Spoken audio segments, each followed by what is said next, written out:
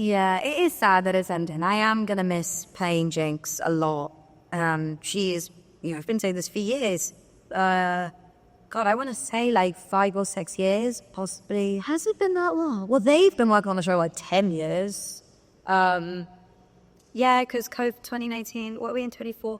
I can't do math, but about 5 or 6 years. And anyway, I'm going to miss playing Jinx. But what I also will say is that this, I think, has been their plan to end after 2 seasons for a long time.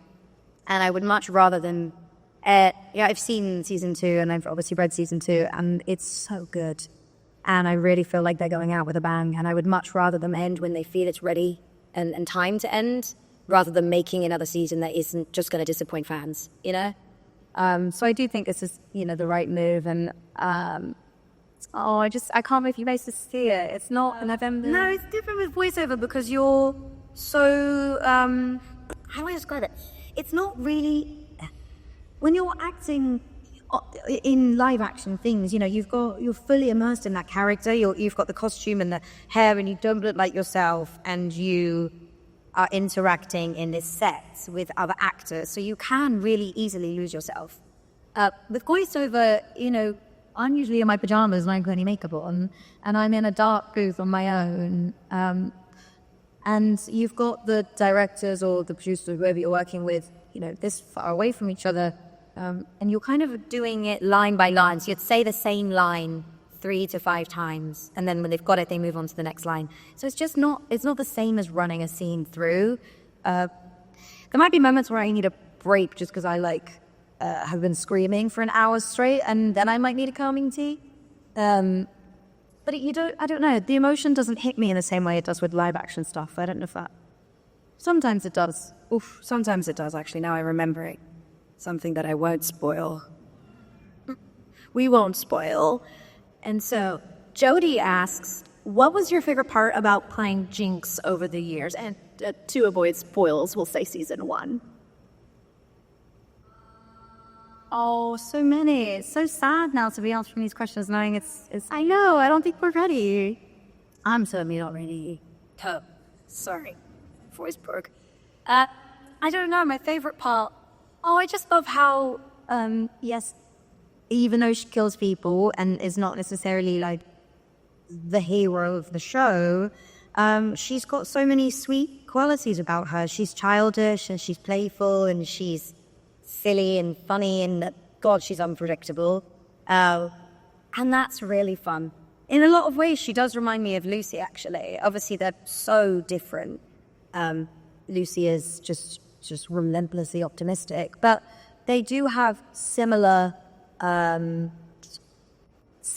innocence about them, a similar childish quality about them. And I think I have that of myself, and I really like that, and I kind of always want to find that in my characters. How is it voicing such a complex and disturbed character? Complex and disturbed is right. I won't fault you for that.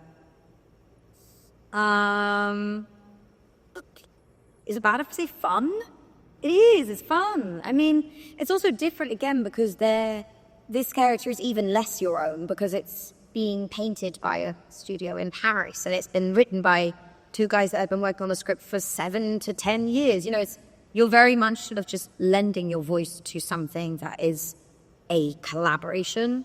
And that does change. The more you voice a character and the more seasons you do, that character feels become a bit more your own and you're able to sort of contribute your own ideas. You'd be like, this line doesn't really feel like Jinx.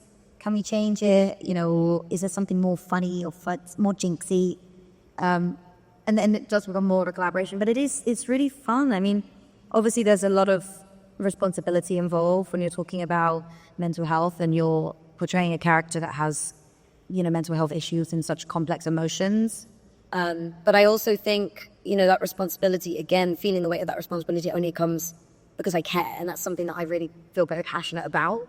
And I think as wild and sort of fun and silly and, unpredictable Jinx is, she's also incredibly vulnerable. I mean, she's gone through so much trauma. She really has. And she's got this fractured psyche, and she really wants to be better. I think she really does you see that in the finale of season 1, like she's not completely cowderless, you know, even by the ending. And I think that's what tugs on my heartstrings so much with Jinx, is like, this isn't her fault, and all she does is blame herself, and that's really hard. So I think approaching it with empathy is definitely an important part of playing that character. Oh yeah, I also didn't expect people to respond to Jinx the way that they did.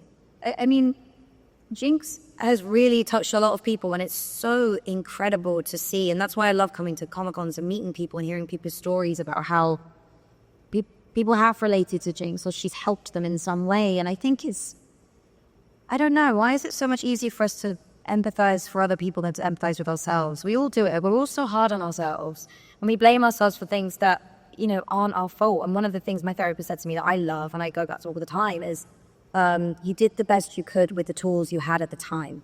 And that could be anything. That could be, the tools could be the emotional intelligence you had when you were 6, or the level of vocabulary and understanding you had when you were 6. You just did the best you could in that moment.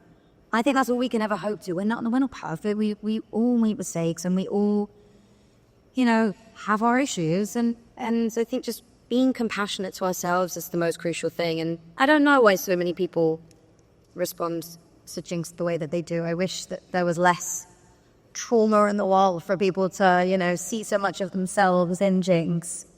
But I'm glad that I can be a small part of that character. That is great advice, though. I'll definitely be holding on to that one, yeah.